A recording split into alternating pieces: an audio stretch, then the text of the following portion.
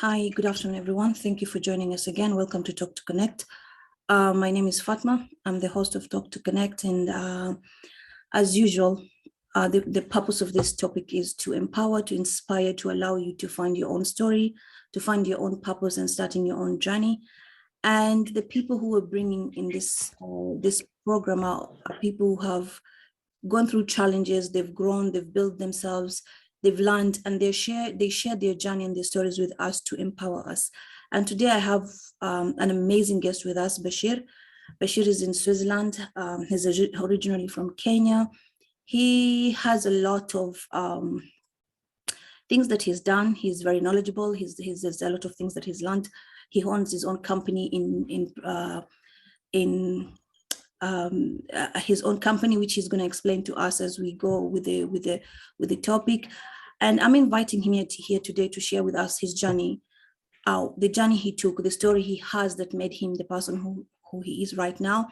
I believe there's a lot of people he's also empowering on his own side. But the purpose of this story is to just allow you to see that there is a possibility of you becoming whoever you want if you put your mind into it, if you believe in yourself, and if you put action and try to change your life. So Bashir, I want to welcome you and I want to thank you so much for taking your time. I know you're a busy person, but you made time to be on this talk. So I want to welcome you and I want to thank you for being here today. The pleasure is mine. Thank you very much. My name, ladies and gentlemen, my name is Bashir Mody, the founder of Habash Films Production Limited here in Switzerland and in Kenya.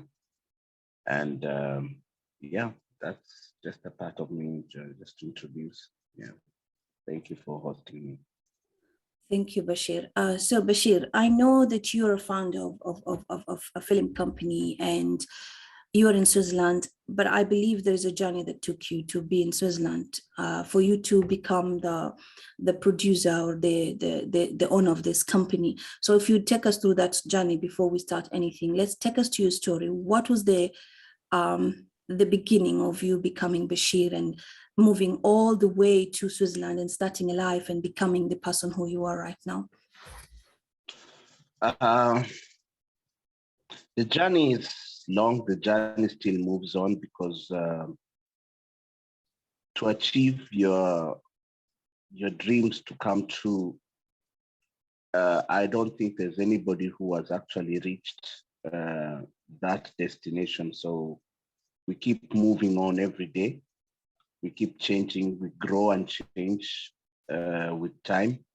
There are challenges that are facing us in our daily lives, and we keep trying to update ourselves just the same way as technology does. But my story begins with me way back since I was in Kenya, where I did my studies in Nairobi, Primary, and moved on from there to Ruiru High School. And thereafter, I decided after some few years to move back to the coast. But how that started is I loved entertainment when I was still way back young. I used to join the drama classes when I was still in my primary school. And I used to like dancing. So when I talk about dancing, means that I was a dancer way back in since late 70s, 80s, and also famously known in Kenya, in Nairobi area by those people way back those years. And I joined the drama class because I felt that it was part of me to share my voice, to share the character that I was always basically based on. By then, back in that time, the characters were mainly on historical books where we used to learn from school, and would be told, you play this part, you play this part, you play this part. but it was not a destiny thing that was planned because I thought it was just part of education. So we joined a lot in the drama festivals and also being part of the debating school team, because I also enjoyed very much discussing and, you know, changing ideas and challenging each other through this discussion, which was building me up. I did not know. And thereafter finishing my school life, I was a famous dancer back then, and those days we started dancing break dance, and we used to meet other crews that were from other estates, and we used to meet up, and we didn't fight. We used to take our fight out through dancing on the streets, and that was the way we used to promote the break dancing. And people would throw coins, you know, for us, and, you know, would go out and have fun with friends from that. But we liked what we did. We used to call each other crews because it was from where we represent, from the estate where we sat, we used to live, we represented that. So you'd find that South B had their own crew, Nairobi West had their own crew, Slee, Madaraka, continue going. And some of these dancers that we used to dance with are now, you know, aged people, and most of them have their own kind of things. Most of them are musicians. Most of them are DJs, famous DJs. Most of them have stopped their family people. So everything goes with time. Uh, so I continued my dancing journey, whereby I took it to another level. I started dancing I took it from that level and I went to a professional level. Now I was no longer into the break dance. So I decided to join a new dance, which was by then was called the acid dance. The acid dance was famously basically a mix of break dance, pop, bit of robot inside, and Afro dancing. And we would dance in clubs and in dance competitions to win money and stuff like that, win presents and stuff like that. There was the winner car, there was the winner motorbike, there was the Malibu dance contest to represent Kenya, stuff like that, of which the dance list was very long. And there were professional dancers who were lucky to be chosen and represented Kenya. We had famous dancers like Peter Ndimba, Tony Madonna, the late, and other dancers who also passed away. Some are still alive, but, you know, aged. And from there, I took it to the next level, where now I started going into jazz ballet. And the jazz ballet was a mixture of Afro dancing, ballet, and step dance. So that is when I started my professional there, because now we were dancing to be paid, and we were dancing for clubs, we were dancing for occasionals, and I was lucky to be in a few clubs which were very famous back in then, like the Bora Bora, Florida Dance Club, Starion. We made it to the Twin Star Club. We danced in Ships. We made it back to Carnival, Nairobi. We danced with famous musicians like Lionel Richie, the Four Tops, and just a few artists to name. And from there, we started teaching people professional dancing, from clean dancing, from street dance to normal stage dancing. And dancing was everything to me. That's where I started now going to school and learning more things in life. So I just thought dancing is where I'm actually earning, because my idea was to open up my own studio, my own dance school, but it was very challenging back in the years, because between what you do, the career you do, and it was all about reaping each people's talent and dreams. But we kept on going. So we taught a lot of people dancing. Some of them are famously out now doing things. They are carrying on with their programs and lives. They have become seniors, and some are still teaching.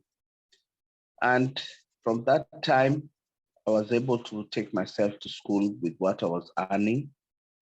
And what I earned was not much, but it kept us moving. And then I thought, for how long will I stay here and do this? Because I can't make a move. I don't know what I want in life, because everything was just on the dancing. So I thought maybe if I'd open up a school, I would inspire the youths who are on the street, because what I'd gone through is what I see they're going through. And I thought maybe I should give them a little hope. But it wasn't as close as I had expected. So from there, I moved out, and I joined the hotel industry. And that's where my real life started beginning, because I changed my game from dancing to the dancing for the public on stage, and I took that dancing to entertain the tourists who came to Kenya, and decided to form that into a musical, a short musical that would entertain the guests, and the guests would entertain themselves too. So I had the privilege to work with a lot of hotels. So I learned the animation, and I learned from being a games attendant to an animator. An animator is somebody who animates. There are different categories of animation. There's animation in the movie world, and there's animation in the guest entertainment. So it means you're involved in sport. How do you turn entertainment into bringing more sales into the hotel? So I had a privilege of working and being taught, and from there I took everything on my own kind of based concept. So I turned myself into being from an animator into an entertainment coordinator, and I had to make myself a week schedule for the entertainment, both night and daytime activities. So that privileged journey which I had with the hotels gave me another opportunity to think more further deep into what I want. So I thought maybe for a couple of years I would do this and then see what I would do after. So I had that chance, and I trained a lot of animators. I'm very, very sure that during my whole career as an entertainment coordinator in hotels, I had the privilege of changing more than 400, I think 400 plus lives of young people and family people who had no idea about that. So I taught a lot of entertainment skills to those people, so that these skills could actually change a life, could actually make somebody survive, like I have done. So turning their sales, and at the same time entertaining the guests, so that the guests uh, can feel that he or her holiday is something that she can experience and memorize this during her stay and after, or his stay after, in this lovely country that we have, Kenya. So we have different kind of categories on this one. We have the all-inclusive, we have the short holidays, we have the timeshare, and we have the normal holiday makers who come. So I had that privilege of learning everything and also teaching. So when a guest comes, we have to try and see how we can make that guest, on his first arrival in that hotel, or her first arrival in that hotel, or their first arrival in that hotel, be the whole scripture of Kenya. So there's an entertainment that they have on the first step down on the hotel. That means how we welcome them, what way we welcome them. So we basically, as personal staffs, we would have to have a theme song that is common in Kenya, maybe the Jambo Jambo song, give them a cocktail of coconuts or maybe any other cocktail juice. We can welcome them, tamarind juice or something like that. Dress in the coastal attired outfits, welcome them. The porters would be there to assist them on carrying on their luggages. The reception is there. It has to work very fast. These are people who have traveled probably 9+ hours on the flight. They were looking forward to going to their rooms, change, go to the beach, go to the swimming pools, and get that fresh air. So the service has to be very quickly.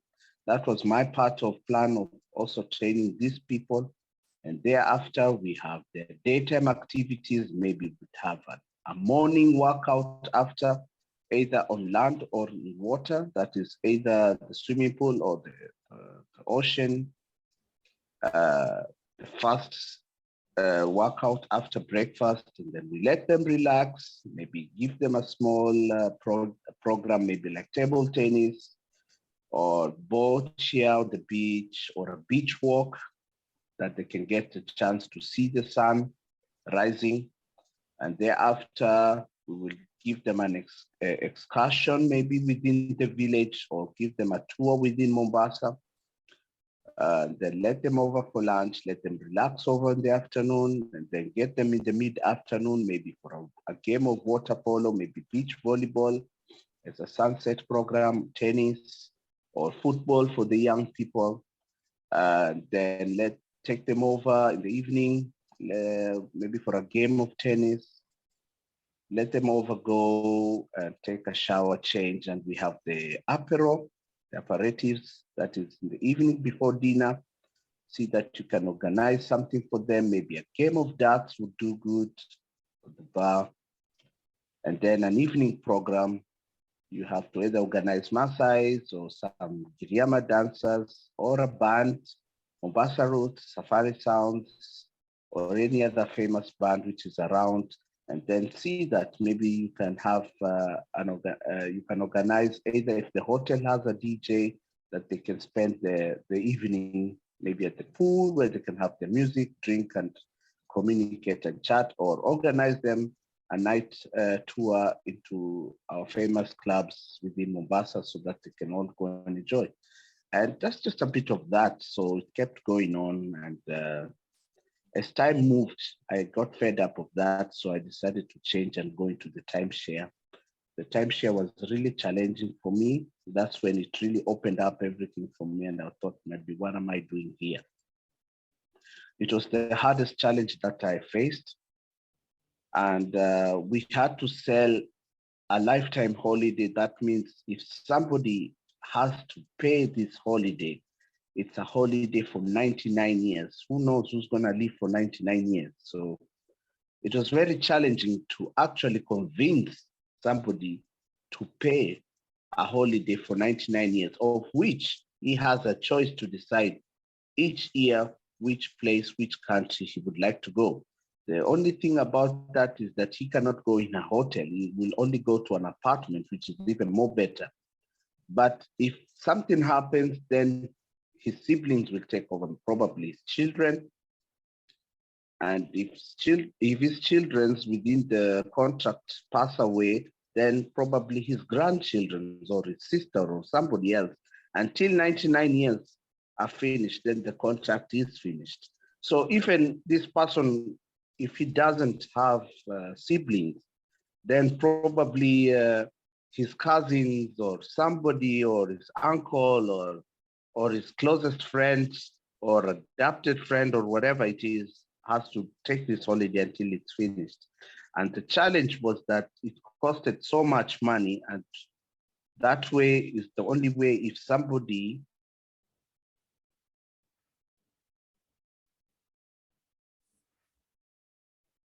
Hello?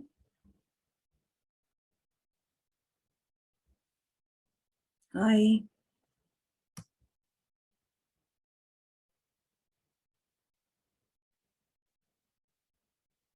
Hi, Bashir.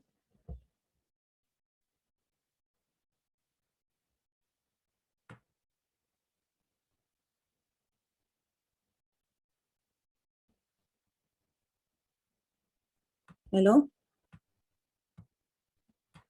Hi, Bashir. Hello.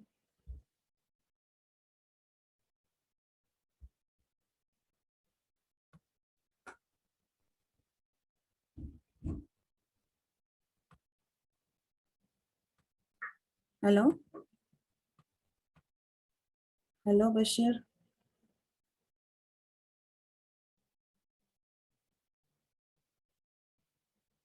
Hello.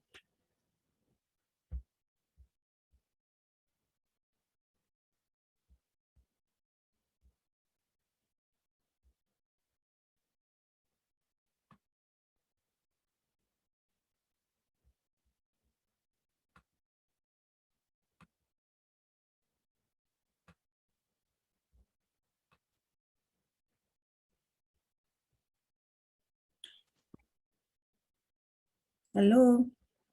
Yeah, something happened. Yeah. Okay. Okay. So should I continue or should I just, Yeah. Continue. are we recording? I think it's just the internet. We're okay. Okay. All right, then. So I had the privilege of training 214 plus.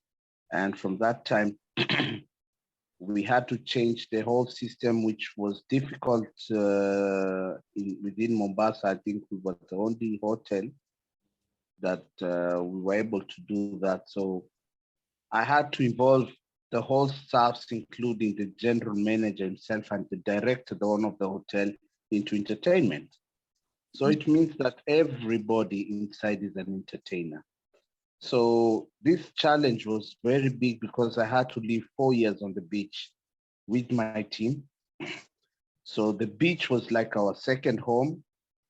We have our residents back in the villages, but we were not able to live there for 4 years. So some of us had very big challenges because they had to pay and they're not there for 4 years. I had to see how they could go back home, and take care of their people. And we actually lived with what they call them, the tie and dye batik materials. So some of them call them wrappers, as we call them vitenges, where that was our dress code. So we lived in the beach. So the beach was our second house. We trained very hard. We were physical fit. It's the only hotel which had a female acrobatic team. And that was very, very tough. There's a phone call or something. Sorry. And during this time, we had an acrobatic team from females and we had an acrobatic team from males. They joined up, they made an amazing thing. We had the largest disco system in Mombasa. We were the largest animation team in Mombasa. And we were the only animation team in Mombasa that were able to speak a foreign language that was not spoken in any other hotel in Mombasa, neither Nairobi or Kenya. And in East Africa, we were the largest animation team with about 400 animators who were rotating duties. So during the day, these animators would actually be on the reception, would actually be on the boutique, would actually be the barman, bar women, would be the cooks, would be the waiters, would be the cleaners of the hotel, would be the securities, would be the tour operators, would be the drivers, they actually also became the construction team of that hotel. So we built a village inside our hotel, an African village. So the tourists, we had like They wouldn't need, okay, they would go to the nearby village, which was nearby the hotel, but due to circumstances of security, we built exactly the same village, but inside the hotel. So if we did African night, we had the same food that is eaten within the coastal, every region within the coastal. So they had it in there, the same entertainment, and they felt like they were already inside that village. We had the bonfire at night on the beach again. We kept changing the entertainment, and they would come for 3 weeks, and that's where I had the 3-week cycle for them. I had that privilege during evening times to sit down with my whole team and teach them more about the timeshare and the difference between timeshare and normal hotel. And we earned what we earned, and I stayed there for 4 years, and I thought maybe I need to move out. So during this time, I also put myself into school, and I was learning new stuffs and new things about hotel management. And finally, I started to involve myself in medicine. So after 4 years, I did my last hotel. And after that, during the last hotel, then I decided to travel out, and I wanted to see what was going on within outside Kenya. And I had the opportunity of coming to Switzerland and to come and study. So I had a friend, family who invited me over to come here in holiday, but afterwards I decided that if it is possible to come here and learn. And I came here and decided to get myself into education views of it, but I had to study the language first, and that's where I found my first wife here after. So I decided to settle here and get married here and move on with life, as I had plans to change my whole career now, my whole life. So I got into medicine. I studied in University of Bern. I studied surgical techniques for 3 years, and I moved to another city within Switzerland, and I learned more about the operation instruments,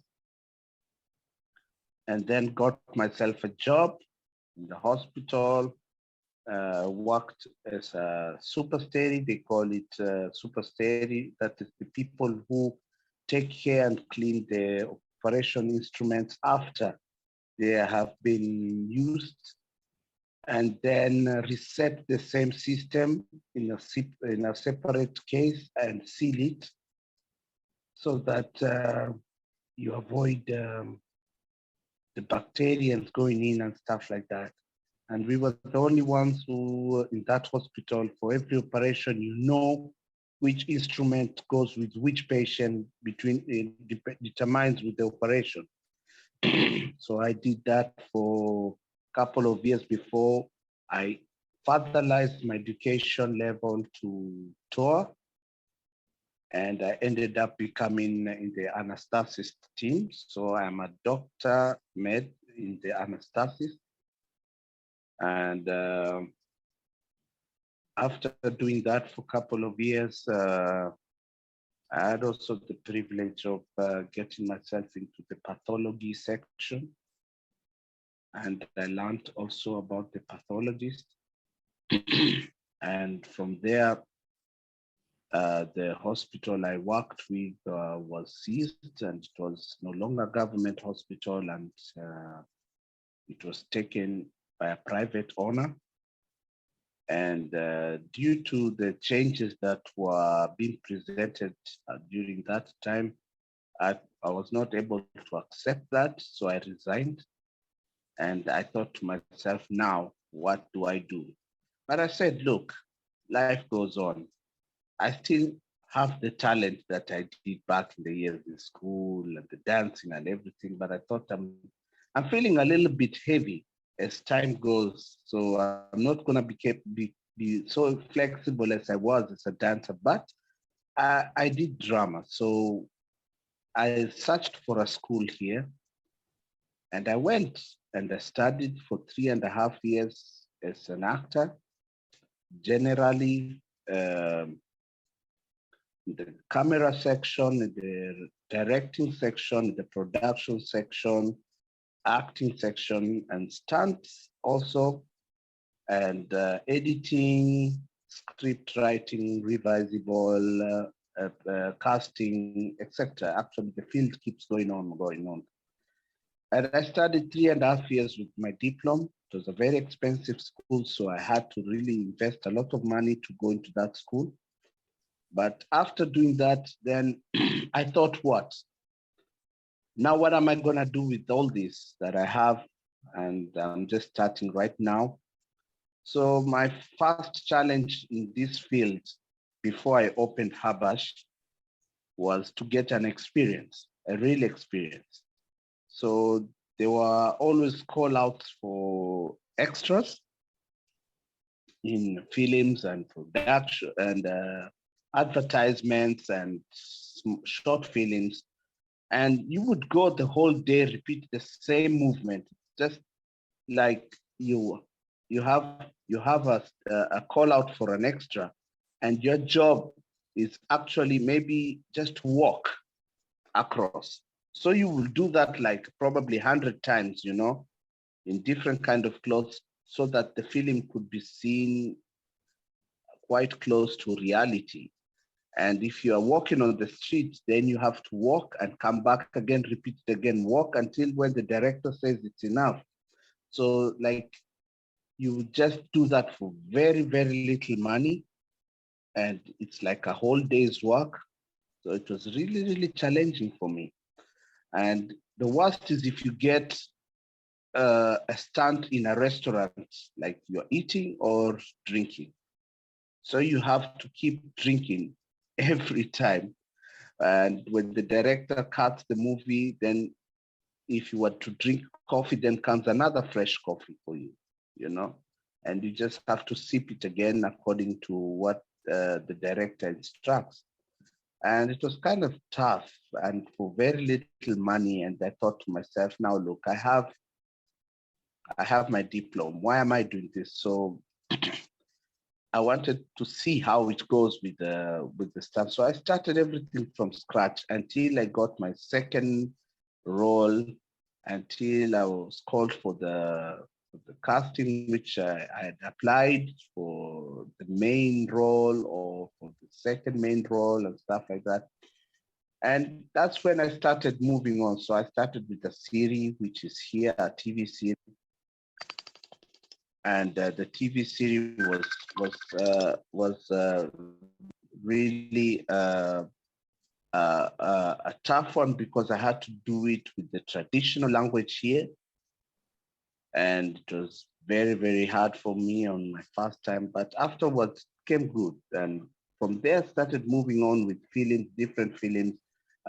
Did short films, a lot of short films. Some I wrote them, some I had to play roles, to be given roles. Some I had the privilege of becoming an assistant director. And with that, I kept building myself more and more.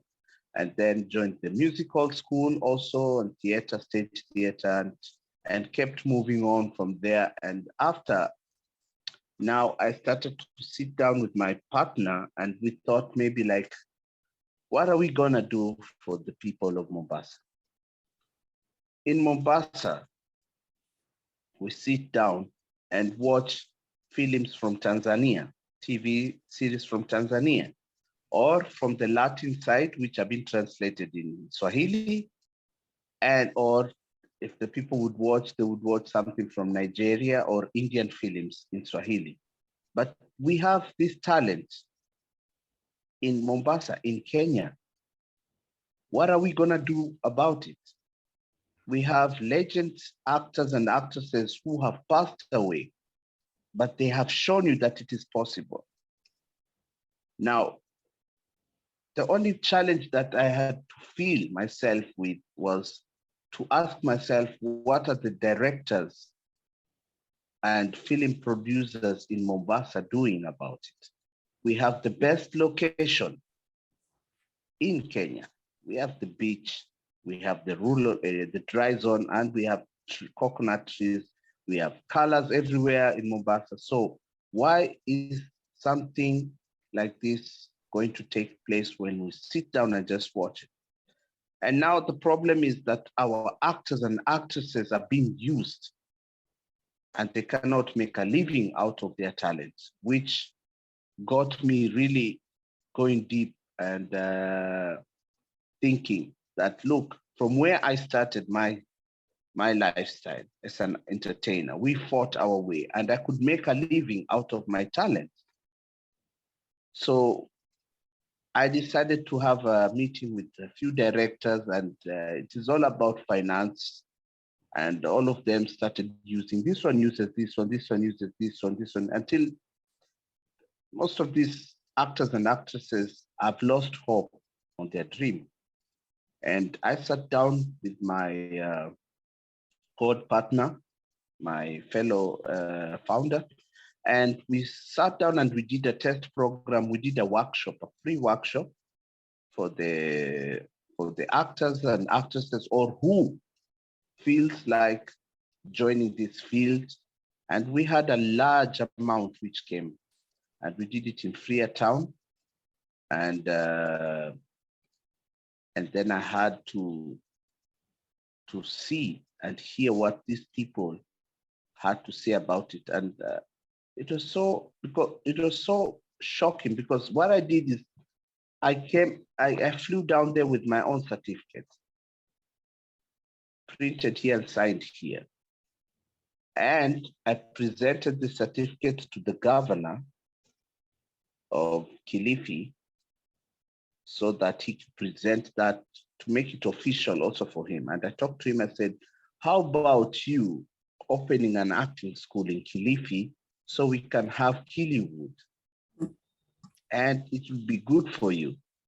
So we can make movies in Kilifi and present these movies on the TV so that you guys can, just like right now what they're doing with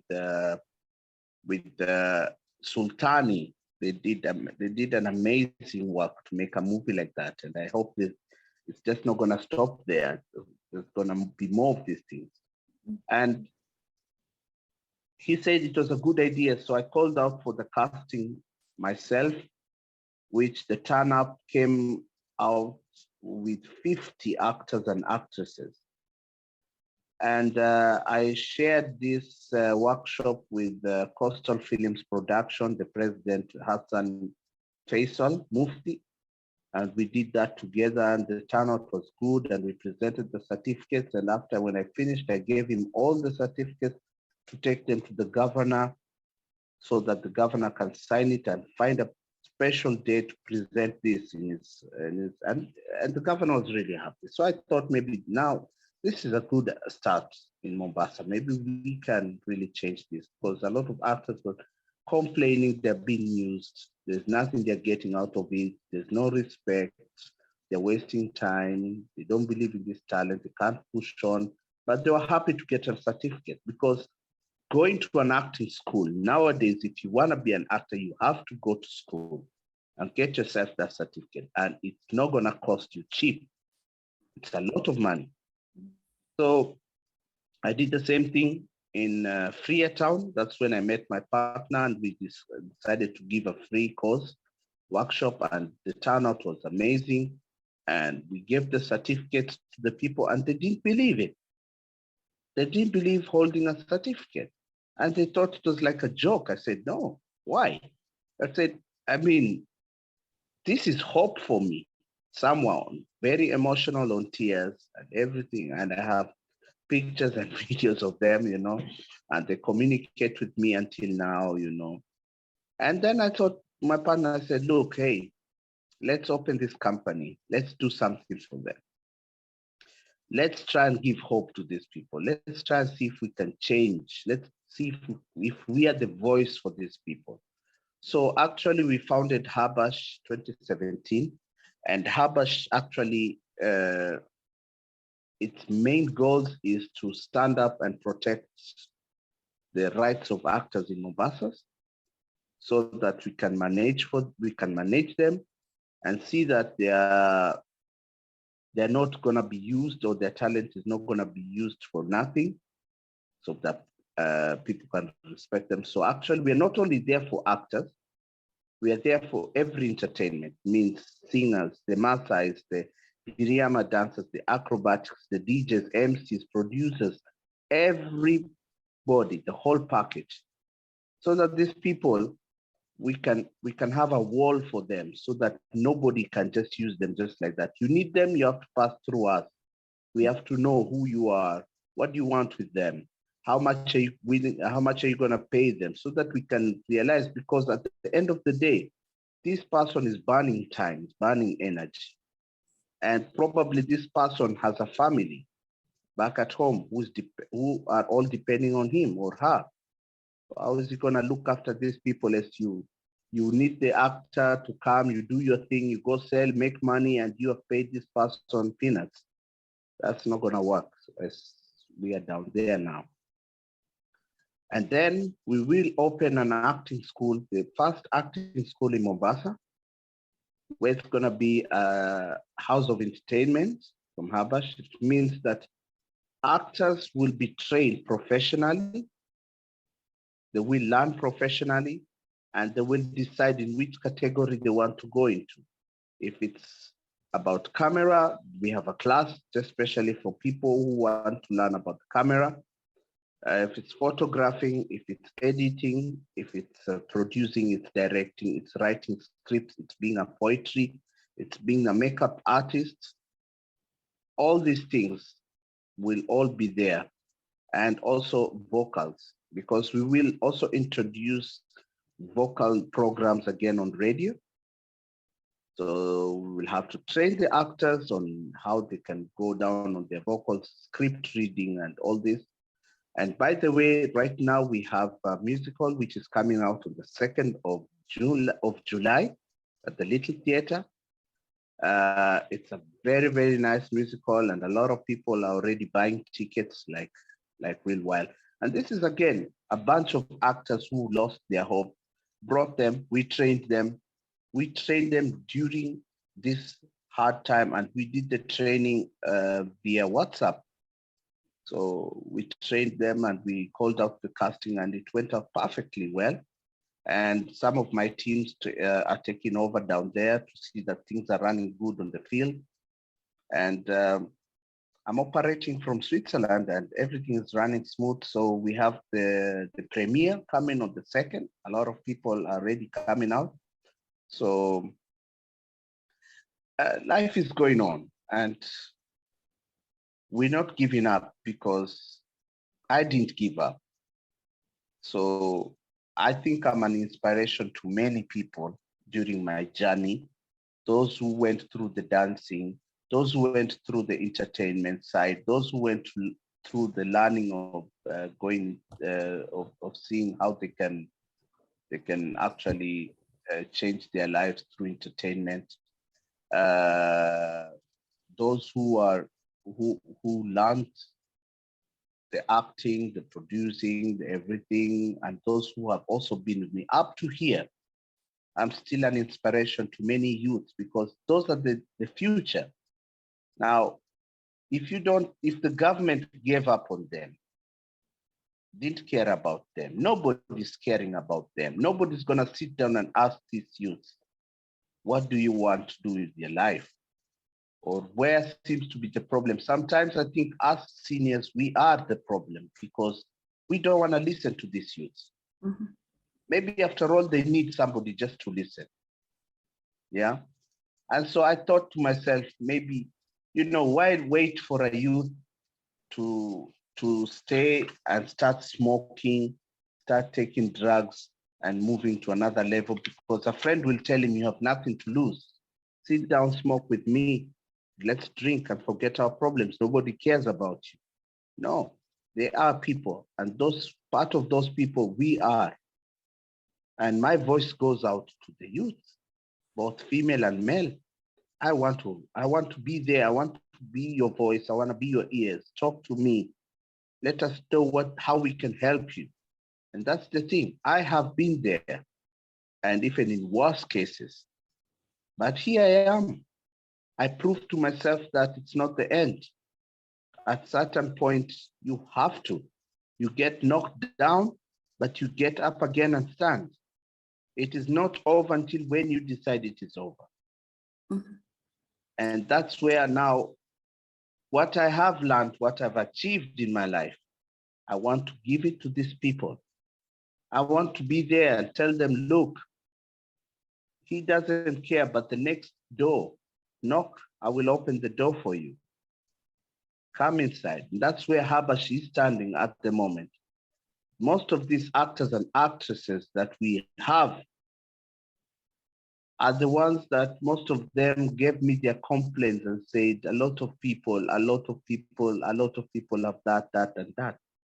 And now they are the ones doing the musical. I said, it is your face, not mine, on the stage. You have to do it.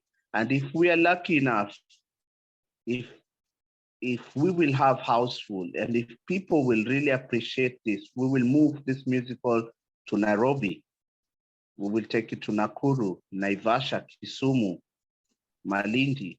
And if it all goes well, we will go to Dar es Salaam. It's the same people. I will take them to Kampala and see if we can move to South Africa or Namibia or somewhere else and see. And if it continues going well, they're going to be here in Europe. I guarantee you that.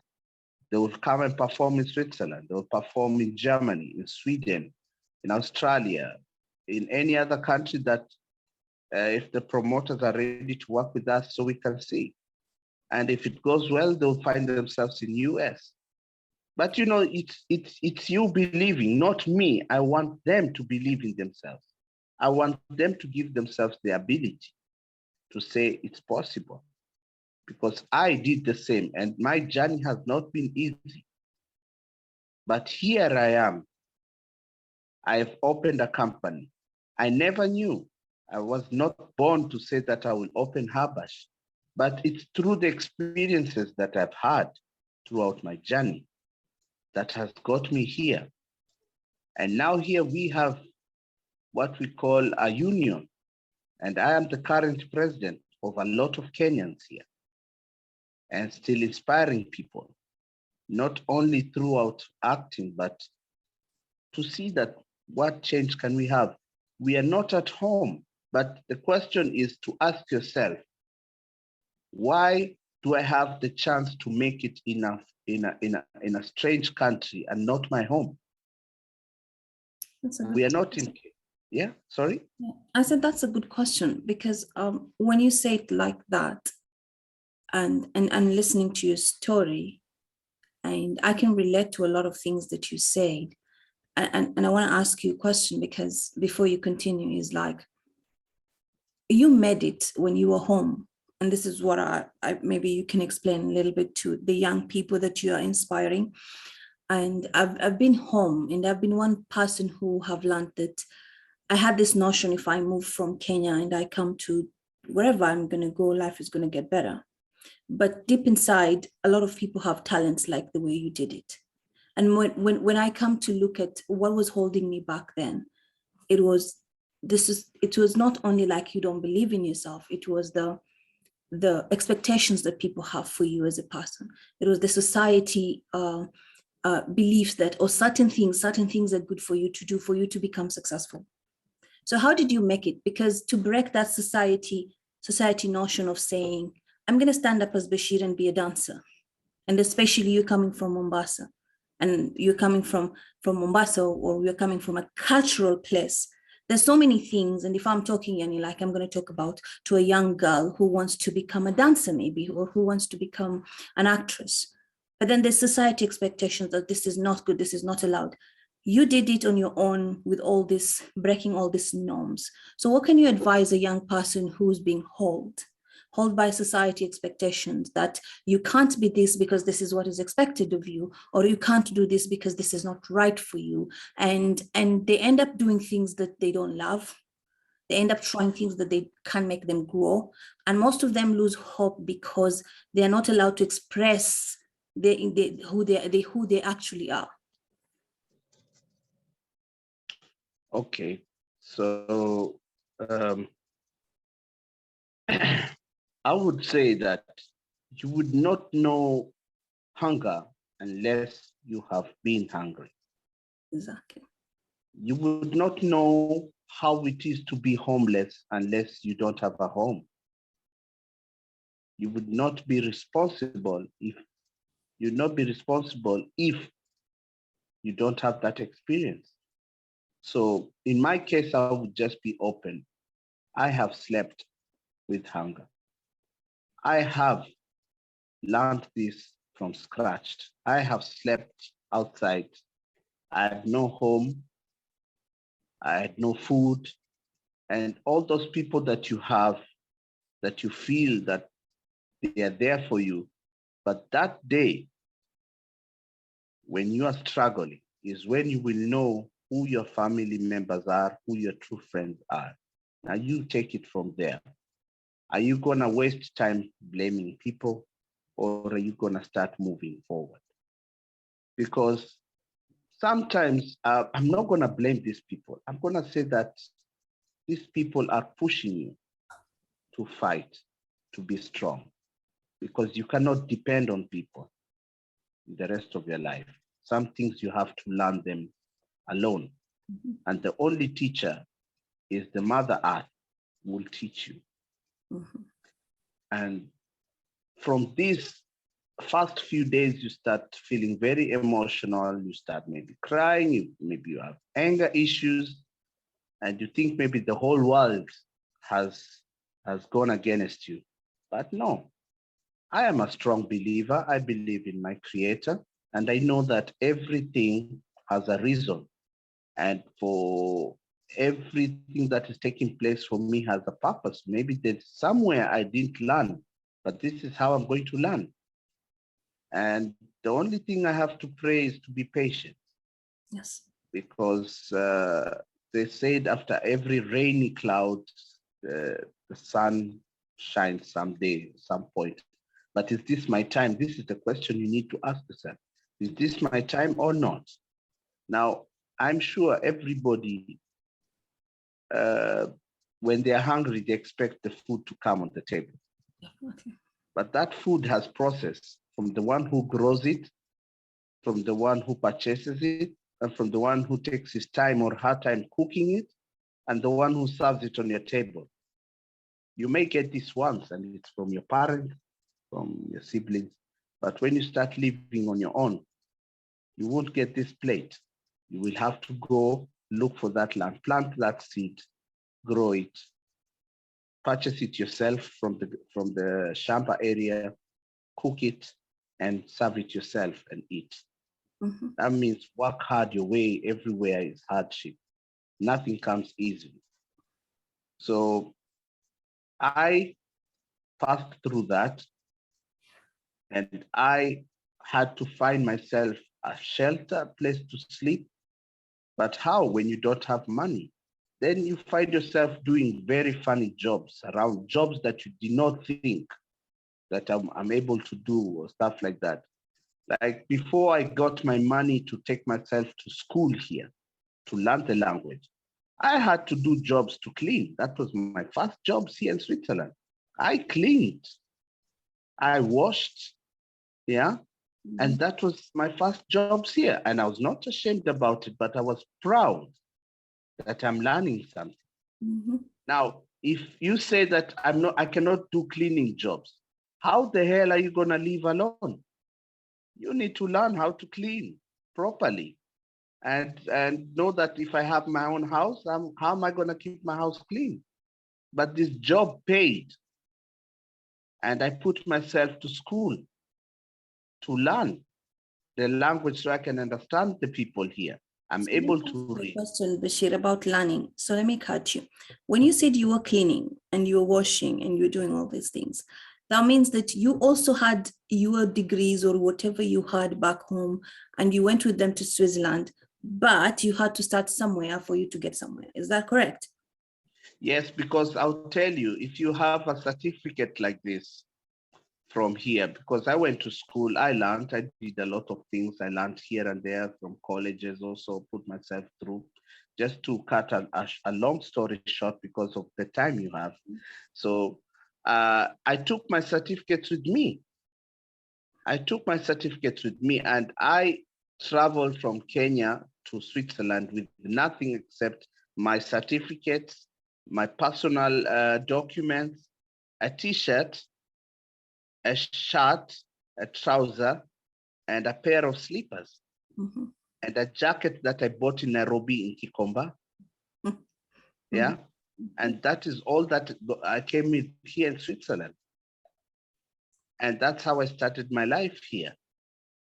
And my certificates were not accepted because Kenya is not Switzerland. Switzerland is not Kenya.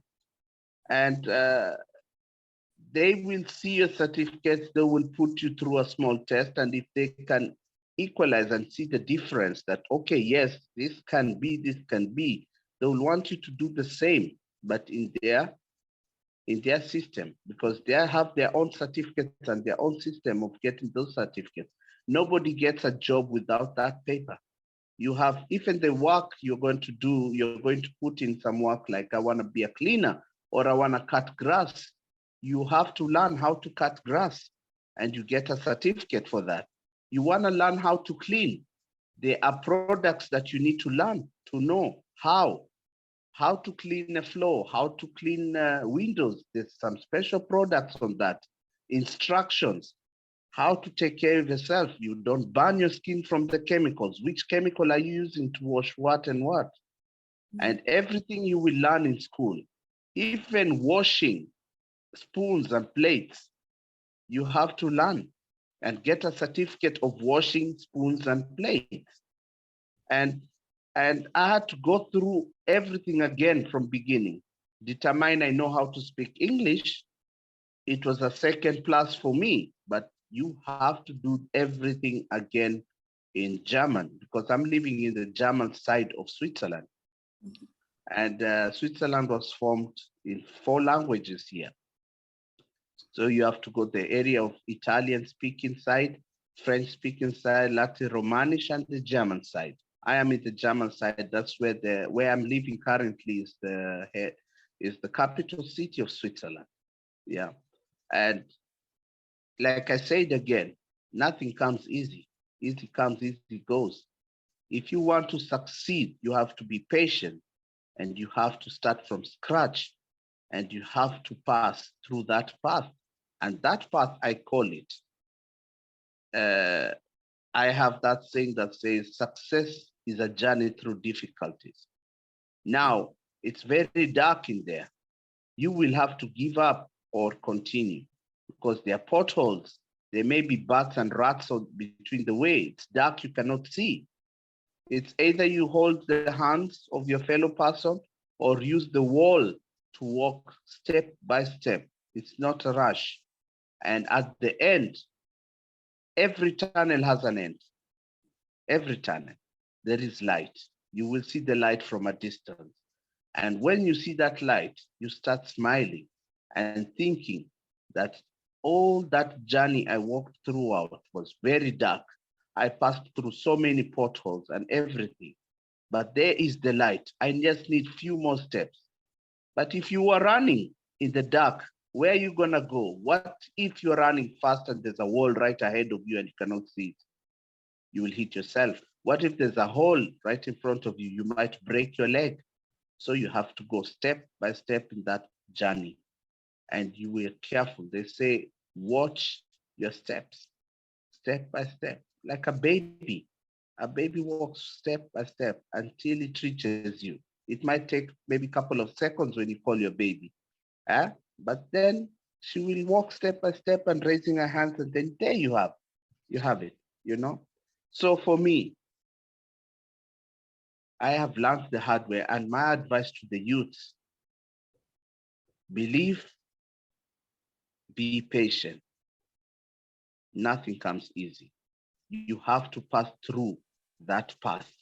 And maybe you have started your journey, but just know that every hardship has its ease at the end. You have to. There's a lesson you need to learn. And that lesson, no matter what, but it is your time to pass through that, you have to pass through that, no matter what. We can only be there to lead you. We are like instructions boards on the road when you're driving. Turn left, turn that. That's who we are. But who's gonna walk? Who's gonna drive? It's you. But without reading those instructions, you will not be there. So those instructions are there. We are there. We are those instructions. When you have a problem, come to us. We will try and see our best. I'm not the one to tell you that, hey, tomorrow you're gonna be rich. No, but I may advise you on what ways to go through. Yeah. And so that's the same thing that I was trying to say at the beginning during my time, because I'm not gonna tell you that, hey, hardship is this if I don't have any experience. You can't tell a kid that don't play with the razor blade because it's gonna cut you. If it didn't cut you, how are you gonna know the pain of that razor blade? Yeah.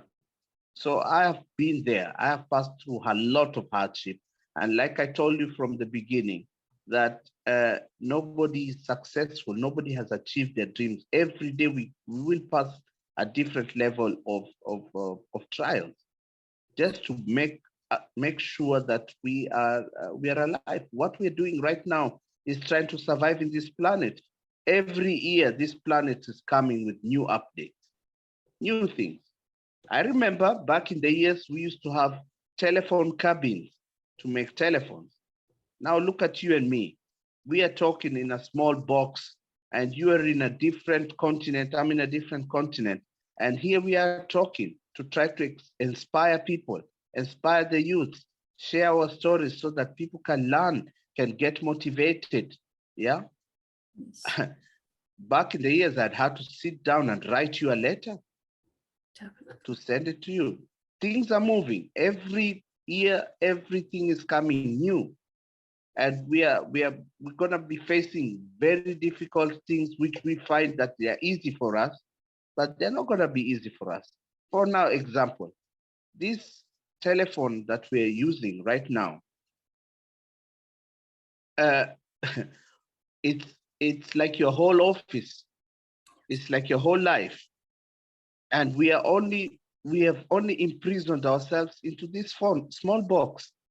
Everything, you can do everything. You can book a flight, you can order food, you can write a letter, you can applicate yourself to a job, you can have interviews through there, you can call for help from a hospital. Everything right now is on this small telephone. Now, the future, how we know what is coming on the future? We have to prepare ourselves. Before, we used to have big cameras when we have to shoot movies. Right now, the cameras are flying in the air. You have drones. So things are changing and we have to change with them. But every day we are being challenged. We have to look after our families. We have a very important role. We are responsible for our families. You're responsible for because you also have plans in future. What you want to do. For example, now you probably may want to do your programs in a studio, your own studio. You're planning to do that, but you're going step by step, Until today, you're capable of hosting so many people on your so-called studio right now where you are. And I'm very sure you're working very hard. Sooner or later, this studio, by God's will, you will have some very big things because you're an inspiration to many, to many, to many. And everybody who watches your program learns one or two things from the hosts you host. So in my journey, it still goes on. I've not reached my goals, but I'm halfway there, but I want to share it with my people. I want to share it with those people. I want to tell them this is how I started, like you started. Be strong and keep walking. You will reach there. It's not the end. I am learning until today. I'm putting myself in school until now. I've learned so many things right now.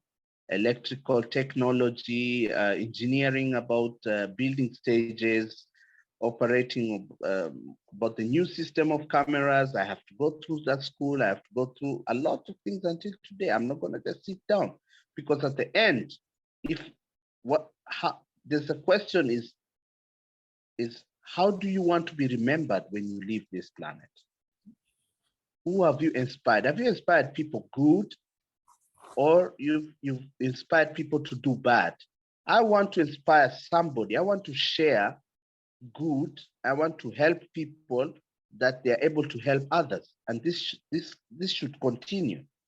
And this is great, because as a moderator also I'm a moderator in a diaspora TV here, which speaks more than 19 to 20 languages here, different languages. I am a moderator there, and I'm also a host of my own program, which is Out and About. But you see, I keep moving different things here and there. How? Because I have believed in my system that I am capable of doing that. I am able to do that. If somebody else did it, it's not a machine. You can say that I can fly a plane someday, because whoever is flying that plane is a human being like you, but your interest says, no, I'm not interested in that. And that's where you need to believe. Believe in what you believe.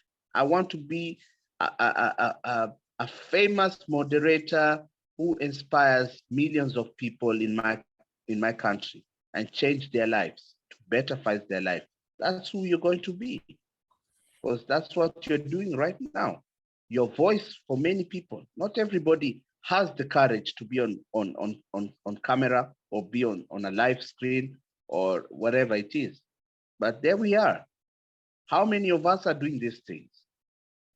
What are we going to do with this? How are we going to change the youth that think smoking weed is a cool thing, taking drugs is a cool thing? How can we all together just come up and see how we can inspire and change these people who have lost hope? How does that make somebody feel? You went through the whole education journey, and at the end, you're not able to get a job. As a young lady, you have to give up your body to get a job which you don't know whether you'll be employed or not. But the boss said, it's a give and take. Who gives you that right? How does that make you feel that as a human being, I have passed through this to get this? How you will never forget that for the rest of your life. For a young man, he needs to pay a lot of money to bribe to get a job. And it's your first time now to look for the first job, to get your first salary in life. Who's gonna be the voice for these people?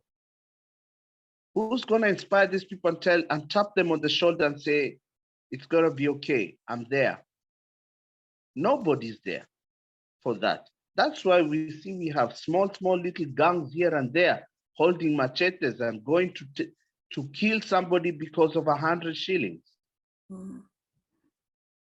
All of us have to do something for what we are doing here. We have to change. We have to look after them. The government has failed these people. But is this the right time to blame the government? How many years, even before we were born, people are blaming the government? Is this what we need to do now? We are wasting valuable time blaming them. We should stop talking and start doing. And that is where I've stepped in. And that's why I've opened Habash in Mombasa. And I have a very strong team. And I have people who want to work with us. But I'm not going to go to Tanzania first and do that, or Uganda. I have to build home first. And I will give it all. Until now, I'm there. Amazing. You know what I mean? Yes, and that's powerful. I think my father used to say, if you want to help, you have to start home, because that's where you find your basis and your ground. So if you really want help, start from home, then extend outside. And I think whatever we're doing right now, it's to empower someone to just find their own purpose. And listening to your story, I know there's a young person out there has talent, or who's trying to do something and he feels it's impossible. I think we've all, as you've said, we've all gone through our journey of impossibilities. But then until you believe that you can do it, you cannot do it. That's exactly. It's that's the big sentence shortening it out. yes. If you don't believe, you will not achieve anything. If you're hungry and you don't believe you're hungry, you will not be hungry.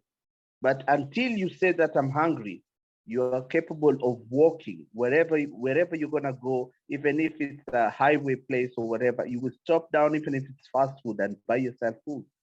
Definitely. So you have to believe. It's only believe. If you believe that I can make it, I am in this problem right now, and I need to change my life, you will change your life. You will change your life. And that's why when I came to Europe here, it was not my intention to come to Switzerland. No, I had other options. But I found myself here, and all what I'd planned never came to reality.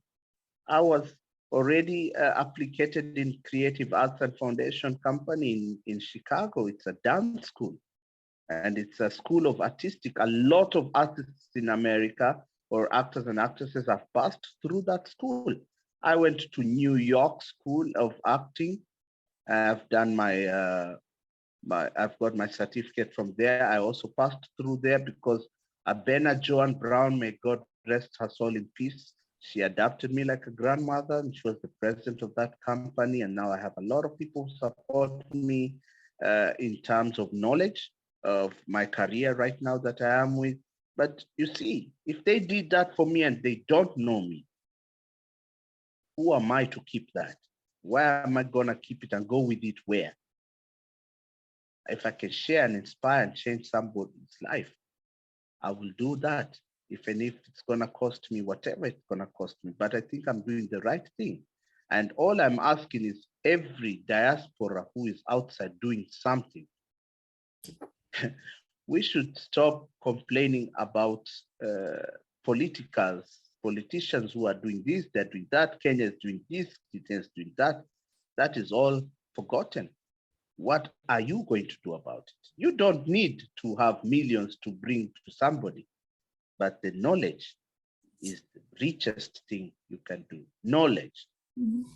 That knowledge, if you share it to these people and teach them, that's the best. It's not about giving somebody money. The money you can give that person is how to make that money, the knowledge. And that is the best. It's not that I am a millionaire, I'm gonna go and give them money. That money, they will use it and finish it. And then what? But let me show you a better way of getting rich. This is the knowledge I'm gonna give you. Take it or leave it. It's up to you now. That's the same thing. Nilipewa jembe, I got a jembe. And he showed me how to dig. Now, it's either you to decide that I will wake up in the evening and go and dig, or I'm gonna be the first person to wake up early in the morning before the sun rises and start digging. And then you will see what happens. Work hard and play hard instead of playing hard and then thinking that you're going to work hard. You can never do that. If you're a lifeist, you will never make it. Mm-hmm.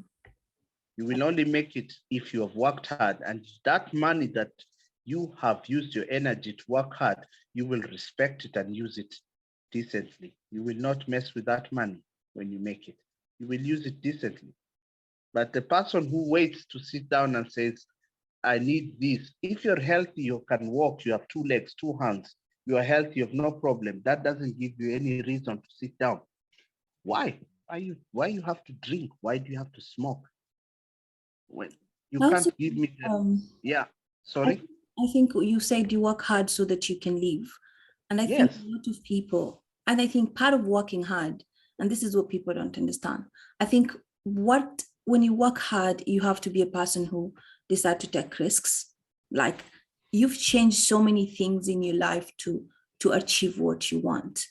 And a lot of us want things to happen without taking a risk of saying, can I go a step ahead? I'm here now. Maybe I have a talent, but to grow that talent, people have to see you, they have to know you, they have to understand you. And for that, you have to take risks to put yourself outside for people to see you and not be afraid of the failure. I think most of us want life to happen. They want things to happen. They want us to the success, but success without failure is I believe success and failure come hand in hand, because I have to fail to learn. There's so many things, like if I'm sitting here, I'd say I started and it didn't work. Somebody rejected, somebody felt like I'm not good enough. Somebody said that your platform is not even what I want to present myself. But when you allow yourself to take that risk of believing and saying, I'm going to take another step and I'm going to do it every day. And I think if I listen to Bashir's stories, it's the same thing. Take a risk and do something that is different every day. Take a risk to support someone and bring somebody on board. Because what we are forgetting, and I think this is one, I learned from this from one of our mentors, he said, if you want to grow, you have to empower people. And empowering people doesn't mean you're helping them. It means you're learning, you're getting better, and you're learning from the people. So each person that you empower, you're learning from their story, their journey, and it gives you more knowledge to support someone else. As I'm listening to Bashir, Bashir is saying, knowledge is power. But when you share the knowledge, it becomes superpower, because then that's the purpose of having that knowledge. If you have that within you, it doesn't serve the purpose. But when I bring someone and he shares his knowledge and he tells you this is this and this and this, and it gives you a moment to reflect on what you want, that is the power that you're looking for. So thank you so much, Bashir, for sharing this. I think your journey is very powerful. So I'd ask you, because I know in all, why I use the stories is because our stories have a learning, and our stories gives us, if you don't learn from your story, you don't evolve and you not grow. So what are the 3 things you would say you've learned in life, in your story, in your journey, that has built you and made you the person you are right now, the person who sees the vision in a different way from everybody else? I would say believing, listening, and asking. Okay. Believing, Because and asking. believing is, you need to believe to move on, to encourage yourself, to motivate yourself, to stand up, not to give up, to listen. To listen is learning. Listening is learning. Listening is growing up. Because listening is advice that you get from people. See which advice you get. What advice are you asking? If you don't know, ask and listen so you can move forward. So listening is very important. And I like to always go to my seniors. I also learn a lot from my seniors. I go and listen to them. They give me wise words about how to face these challenges in the coming lives. And I want to listen to how did they make it as seniors? How did how did they face the challenges? Like being patient, like reasoning out, thinking before you do something, decide, listen, talk, arrange, calculate that, and then see. And also, the third one I said is asking. If you don't know, ask. There is nobody who is stupid. There's no word like that exists. You're only stupid if you don't know and pretend that you're knowing. But if you don't know, ask the ones who know. Then you can know. Yeah. For example, you're at home and you want to show everybody that you know everything, and you know everything about the gas cooking, and you don't know how to lock the gas and you keep it open. You're gonna regret for the rest of your life if you're still lucky. But if you don't know, hey, I don't know how to turn off the gas, doesn't mean that you're stupid, but you could save a lot of lives and yourself. So if you don't know, ask, so you're able to know, because the journey has a lot of things that we don't know. Ask the ones who have been there before. So my three things are believe, listen, and ask. If you don't believe in anything, you will never reach there. First of all, you need to believe that everything you do is not possible without the one who is above. That's number one. Believe. You want something, your plan, your future, everything you're going to do, believe in first God. Yeah, and then believe in yourself, not anybody else. You who wants to do it, so you need to believe in yourself. I believe that I'm going to make it someday in future if I work hard, because I'm ready to listen and I'm ready to ask. That is really powerful. I like the part of listening, because one of my mentors said, when you want to learn or you want to grow, you have to listen for insights, not to agree or disagree. The insight. Yeah. What do I learn from the people that I'm talking to? And believing, I think believing is everything. If you don't believe in yourself, and this is for me, this has been a lesson where I wanted people to believe in what I do, rather than me believing in myself. And this is my vision. You know, nobody's going to see what I want to become or how I want to make myself if I don't believe in it. So you've got to show people that this is your vision. This is me. Own it, believe it, trust it, have faith, as you said. And I think the most powerful thing is having the faith that God is always there for you, and the faith for yourself as a person. Thank you for sharing that. So one last question, because time is up. A lot of people are looking for success. A lot of people want to be successful. Success is being defined in so many ways. Like everybody defines success in different ways. So what would you define success? Success for me is, it's lined up in different categories. So I will only speak on my behalf, because today it's me who has to talk. So I'm going to talk on my side. For me, success, like I said, is a journey through difficulties. That's one. Success determines on what success are you thinking, or what you're calling success. Are you successful that I'm man enough? Are you successful that I made it in life? Are you successful that I'm a responsible person, or whatever it is? Am I successful in knowledge? No, for me, a successful person for me is one who's ready to learn every day. And again, I'll come back again, listening and asking. Yeah, you cannot be successful if you don't have these three things. And for me, I'll say, because to be a successful person is that person who is patient in that journey. That's a successful person. That person who doesn't give up is a successful person. Because right now, I'll tell you, in this world, this planet we're living, we are trying to enjoy everything that is here at the time, but I'm not successful. I have never been, and I don't know how close I am to that word. I've achieved, I would say that, but I'm not successful. I can only be successful if my creator will say, I'm really satisfied with you. Mm-hmm. Because how can you be successful while we're still on the journey? Mm-hmm.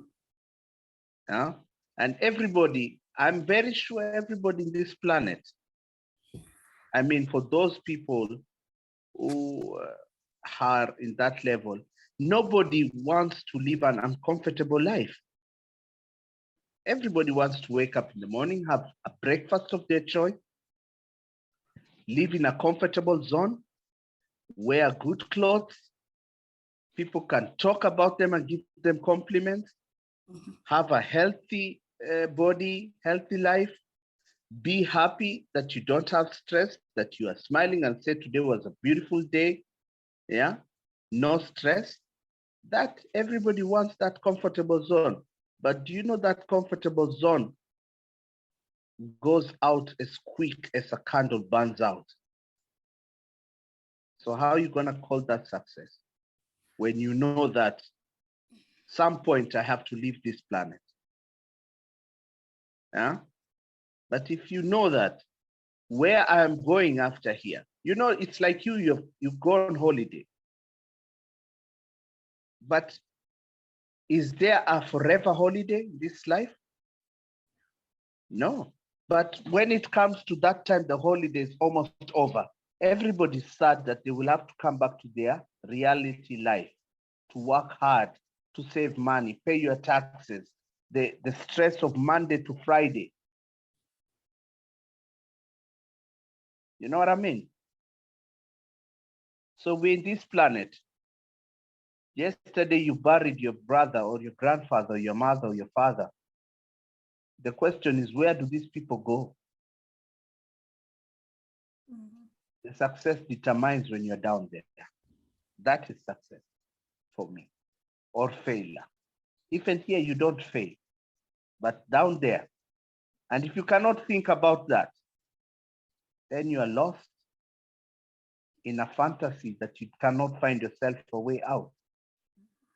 But every day in this planet, the only thing you have to do from Monday to Friday, as long as you're breathing, is try to survive. That is all that we're doing here. We are trying to survive. It means, how are you surviving? Am I going to be healthy tomorrow? I want to eat health. I want to sport. I want to cut weight. I want to gain weight. I don't want to fight with anybody. I don't want to have mental issues. I don't want to, everybody's trying to live in a comfort zone here and survive the next day. That's what we are trying. But the success for me is when I will leave this place, because I'm on holiday like you and anybody else. Whether we accept that or not, at the end of the day, you sit down, be quiet, sit down, watch your TV, and rethink about what we said, and you will know that is the life. Whether you're driving 3 or 4, 5, 6 Lamborghinis and Ferraris, you are living in a bigger house as you are, but you know someday you're gonna leave that, but you don't know where you're going. So think about your success, the real success. That's how I'm living every day. And that's why I have nothing to proud myself and walk this road or this earth. I have achieved nothing. I'm only surviving. This is mine. I'm going to speak on my behalf, not anybody else. Everybody has their own mind. But this is my reality. I have nothing. I have not got anything. In my soul, I am fighting for that success. That is it. No matter what I do, I may be a good, great actor, director here. Someday I will leave these cameras here and people will fight for them and make enmity, create enmity out of things that they don't belong to them. But truly speaking, are we successful? That's the question we need to ask each other every day. But I would say that I'm surviving. And I would like to help another person to survive, to be able to survive. But the reality, I would say that I buried my father, I've buried other people. I do not know where they're going, but today I buried this person. Somebody else will come and put that sand on me someday, and I will be there. So inside there, where these people said, I love you, my brother, where these people were always there, my friend, my brother, my sister, my whatever it is they will call us, at that day, they will leave you there. Nobody will care about you. When you leave this planet, the first thing disappears in your life is your name.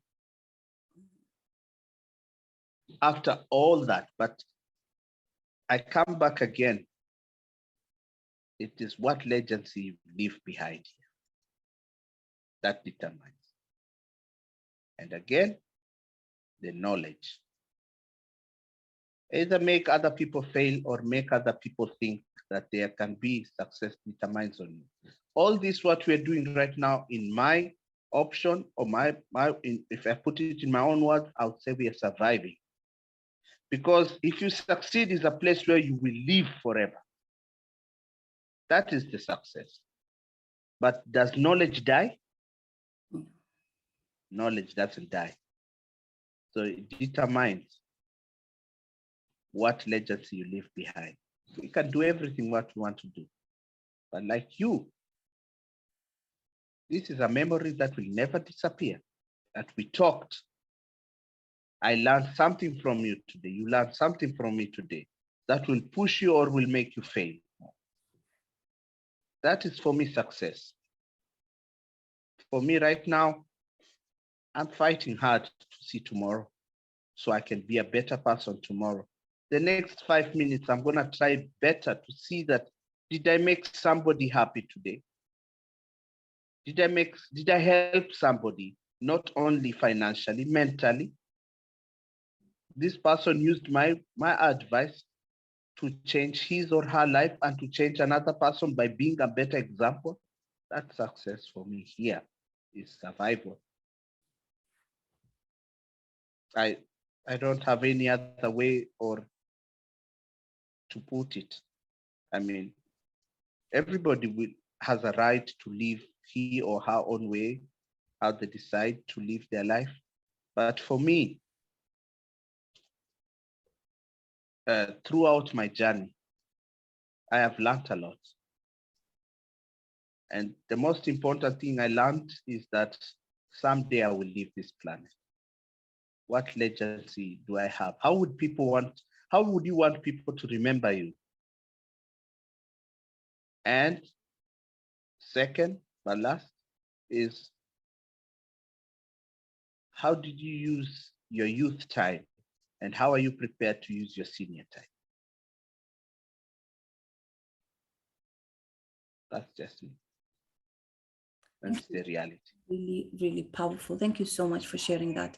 I think everybody has a different definition of success, but then realizing that what you've just said, and I think a lot of people have never thought in the idea of saying, I'm here for a period of time.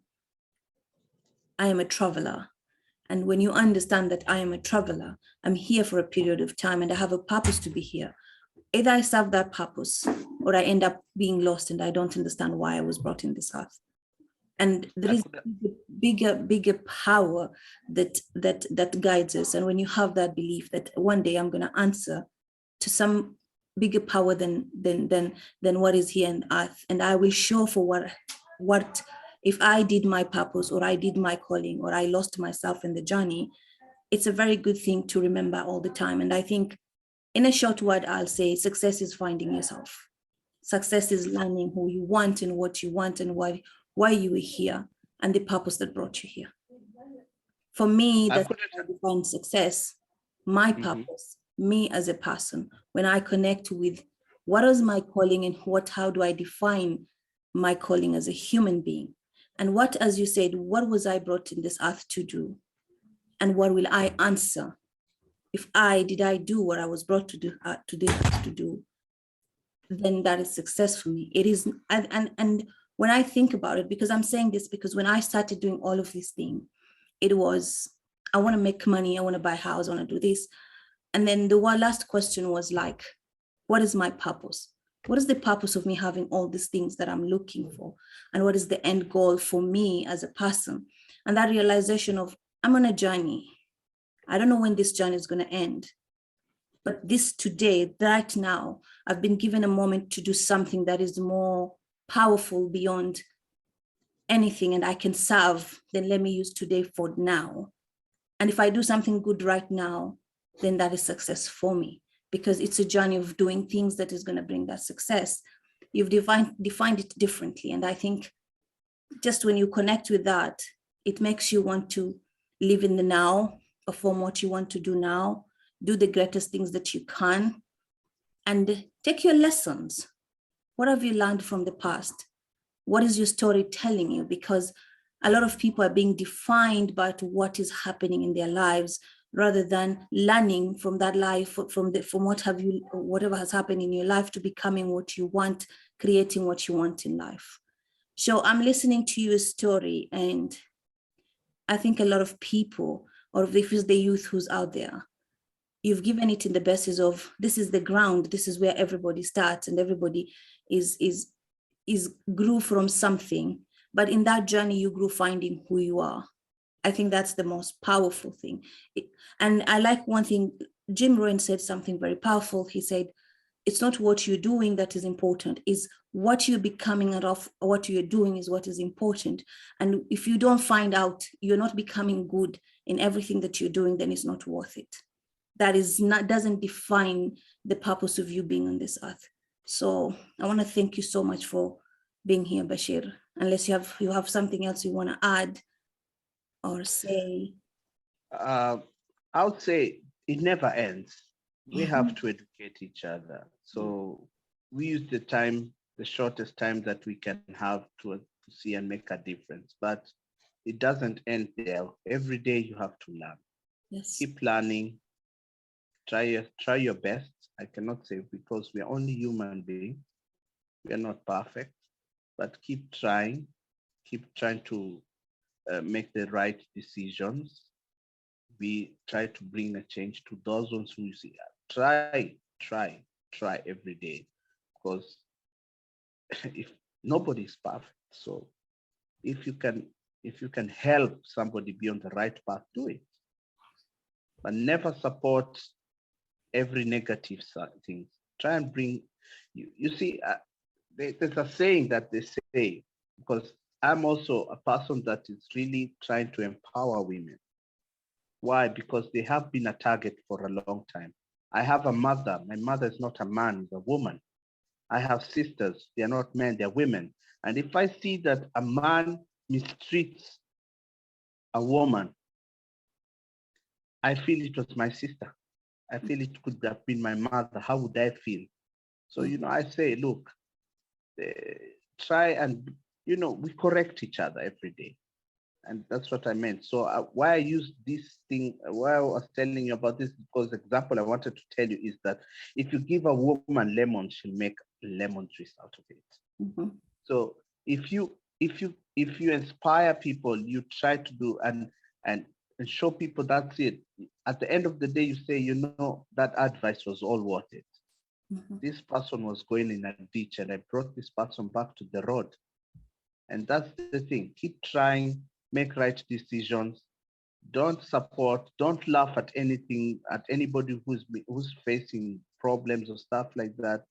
I mean, inspire, empower, put more morale on people who are really down. Just because you are in a better position doesn't make you to really laugh at people. Because I have something that we all know. They say, "Aleju mkojechi."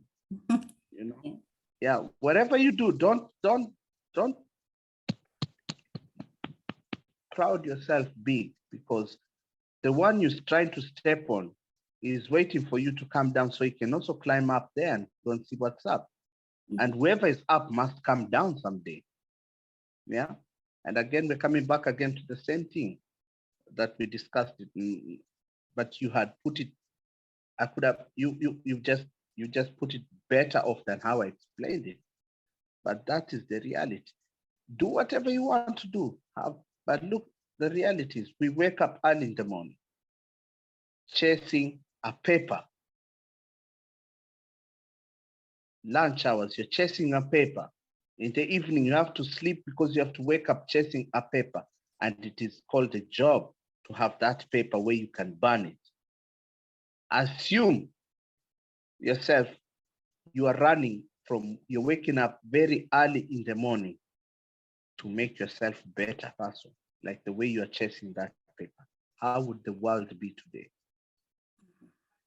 But you see, by chasing that paper, how it has affected us as human beings or as a global, how we behave to each other, how much faith do we have to each other? We hate each other, we fight, you can kill, you kill because of this paper.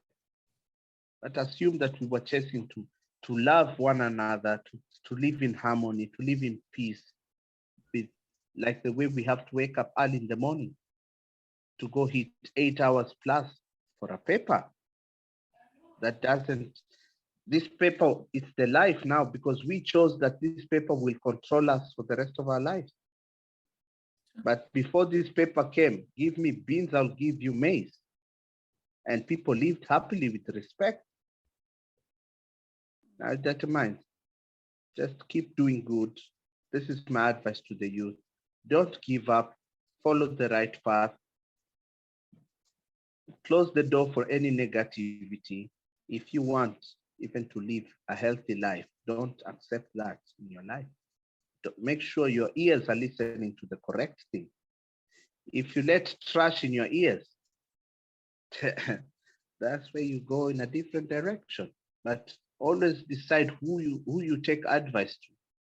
Always pick up advice that will push you in a better position in this planet here. Yeah. And again, how would you want to be remembered when you leave this planet? That's all I can say. And I really thank you for your time and the inspiration and giving me this chance to talk and to try and see who to inspire. And, you know, I really want you to continue with these programs because it's very important. A lot of people don't have the courage to talk about their life, but, you know, it makes you feel lighter if you have the chance because somebody listening. And that's where I came back again and said, if you're a good listener, you will help a lot of people. So seniors, go out there and listen to these youths. Give them the ear to talk, and they will be better people tomorrow. Thank you. Thank you so much, Bashir. I think we've learned so much today from you. And for me, it's always an inspiration when someone shares so many powerful things to just inspire someone. And this is the purpose of this platform. If there's one thing that can make you change your life, if there's one thing that can make you reconsider to change your life or change your story or empower yourself or give you hope, then that's the purpose of this platform, to allow you to think. Because as you find it impossible, maybe a lot of us are going through a lot of things in life, but when people come and share their stories and tell you that it's possible, Bashir did it.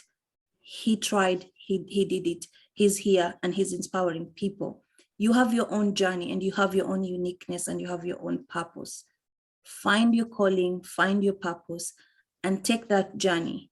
Because again, I like using this, that your vision is only yours and nobody can see it.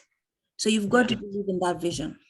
You've got to believe in that uniqueness in you. And sometimes it's a very lonely journey to go in a journey where you want to become something better and nobody sees it. Yeah. But you have to believe in yourself for people to believe in you. Yeah. And one thing that is more powerful, I'll say, is that success and challenge go together. Yeah. So everything that you do, you will get good. When you start something new, challenges are going to be there. So if it's a challenge, it's a process. So we share these stories to show you it's a process. It's not something that you can wake up in the morning and become successful, become happy. Happiness is a journey. You have to work for happiness. You've got to find things that make you happy. Love is a journey. You've got to find people who can give you love, but you've got to get to have love for you to get love. So don't forget that everything begins with you. Whatever you give out is what you get. Bashir, thank you so much for sharing whatever you shared with us today. I think it's been so inspiring. I've learned a lot from you, and it's an honor to have you here today. Thank you so much for having your time. And I want to thank anybody who was listening to us, anybody who's going to watch later, and please share with others, inspire, and let's help others grow. Thank you so much, Bashir. Pleasure is mine. Thank you very much.